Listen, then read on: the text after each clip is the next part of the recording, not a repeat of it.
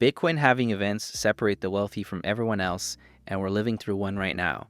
The last time Bitcoin went through a halving event, regular people with modest investments became millionaires practically overnight. If you understand what's happening today, you might be witnessing the biggest wealth creation opportunity of your lifetime. Bitcoin halving cycles follow a pattern that's so consistent, it's almost scary. Every 4 years, like clockwork, Bitcoin's mining rewards get cut in half. This mechanism, designed by Bitcoin's creator Satoshi Nakamoto, triggers every 210,000 blocks and reduces the block reward subsidy that miners receive. Every single time this has happened, prices have exploded in ways that made ordinary people extraordinarily rich. Let me paint you a picture of what we're dealing with here. In the year following the 2012 halving, Bitcoin prices rose 8,447%. Not 84%, but 8,447%. After the 2016 halving, prices jumped 283% in 12 months. Following the 22 halving, we saw a 527% increase. What makes this absolutely mind-blowing is that the most recent halving happened on April 20th, 2024. Right now, as I'm speaking, we're watching the pattern play out again in real time. The numbers are staggering. According to the latest crypto wealth report, there are now 241,700 crypto millionaires worldwide. That's a 40% increase from just last year.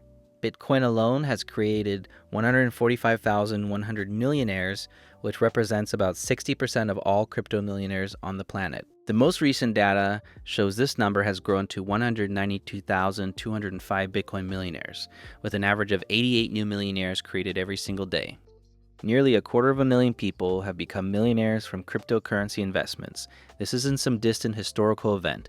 This is happening right now, today, as Bitcoin continues climbing toward levels that seemed impossible just a few years ago.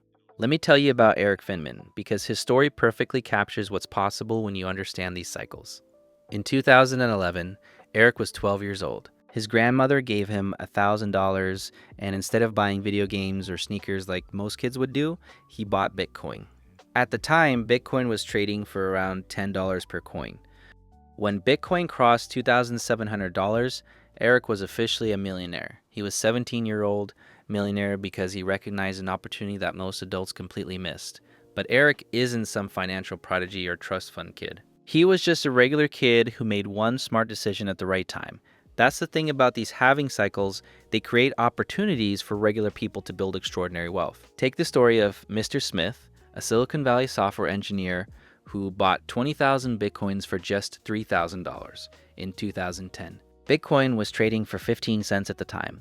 When the price hit $350 and $800, he sold portions of his holdings and walked away with $2.03 million. Not bad for a $3,000 investment. Now, you might think Mr. Smith was smart to take profits, and he was.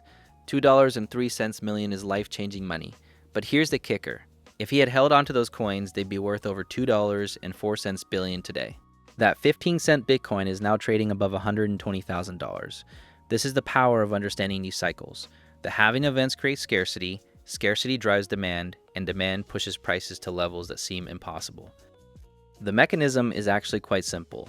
Every 210,000 blocks, roughly every 4 years, the reward that Bitcoin miners receive gets cut in half.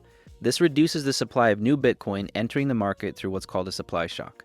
Basic economics, same demand, less supply, higher prices. The proof of work mining system ensures this reduction in block reward subsidy happens automatically, regardless of market conditions. What makes this particularly powerful is that the demand side of the equation keeps growing. Since the last halving, the number of crypto users has surged 400%. That's not including the massive institutional adoption we've seen with the launch of spot Bitcoin ETFs following SEC approval. BlackRock's spot Bitcoin ETF alone has attracted over $50 billion in assets in less than a year. That's the most successful crypto ETF launch in history. Meanwhile, companies like MicroStrategy, led by Michael Saylor, have added billions in Bitcoin to their corporate treasuries. Institutional investors, the smart money, are pouring billions into Bitcoin at prices that would have seemed insane just a few years ago. The Winklevoss twins understood this early. You probably know them from the Facebook lawsuit. They settled with Mark Zuckerberg for $65 million. In 2012, they took that settlement money and bought Bitcoin when it was trading at $8 per coin. Rumors suggest they own 1% of all Bitcoin in circulation. If that's true, their Bitcoin holdings are worth over $5.95 billion today. From a $65 lawsuit settlement to nearly $6 billion in Bitcoin wealth. That's the kind of wealth multiplication that halving cycles can create. But let's get specific about what's happening right now, because this cycle is different. Bitcoin reached all-time highs of $73,600 in March 2024, before the halving even occurred. Typically, Bitcoin doesn't hit its cycle peak until 12 to 18 months after the halving. The 2020 halving happened in May, but Bitcoin didn't reach its peak of $69,000 until November 2021.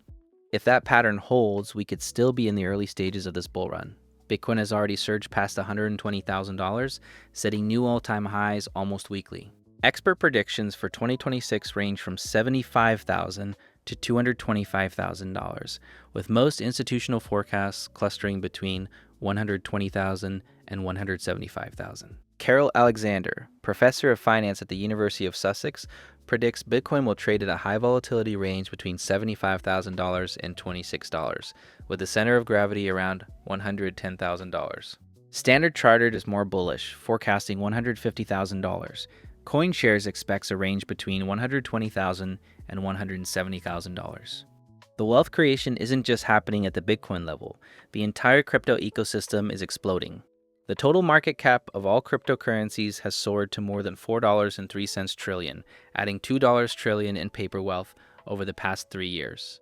We're seeing the emergence of a new financial elite. There are now 36 crypto billionaires, up 29% year over year. 17 of them made their billions from Bitcoin alone. The number of crypto centimillionaires, people with over $100 million in crypto holdings, has risen by 79% to 325 globally. This isn't just funny internet money anymore. The legitimacy is undeniable. Major corporations are adding Bitcoin to their balance sheets. Entire countries are adopting it as legal tender. The largest asset managers in the world are launching Bitcoin products for their institutional clients. Dominic Volek from Henley & Partners put it perfectly. For millennia, storing wealth meant anchoring it to a place.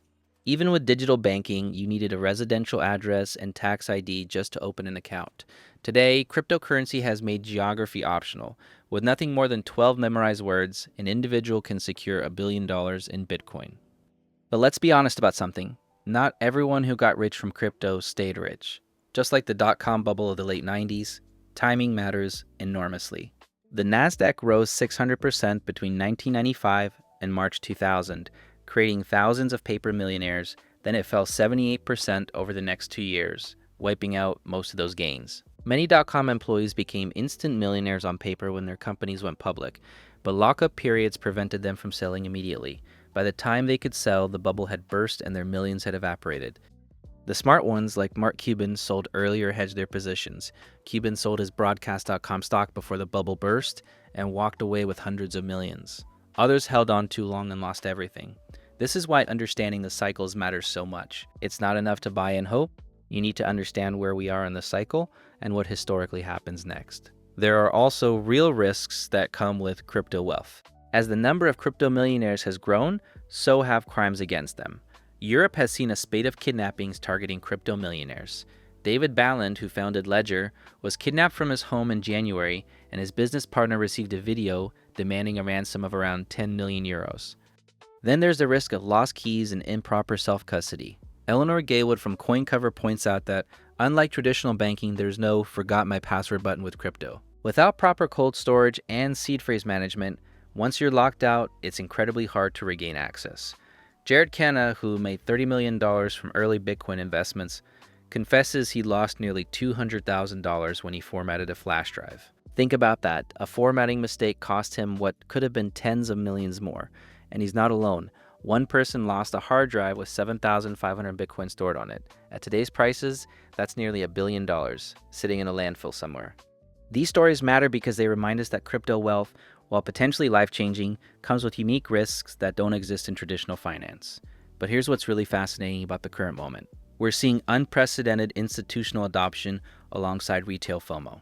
Spot Bitcoin ETFs witnessed record daily inflows of $1.38 billion following Trump's election victory.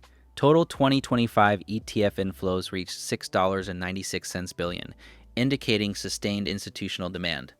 The Trump administration's pro-crypto stance has added another catalyst to an already explosive situation.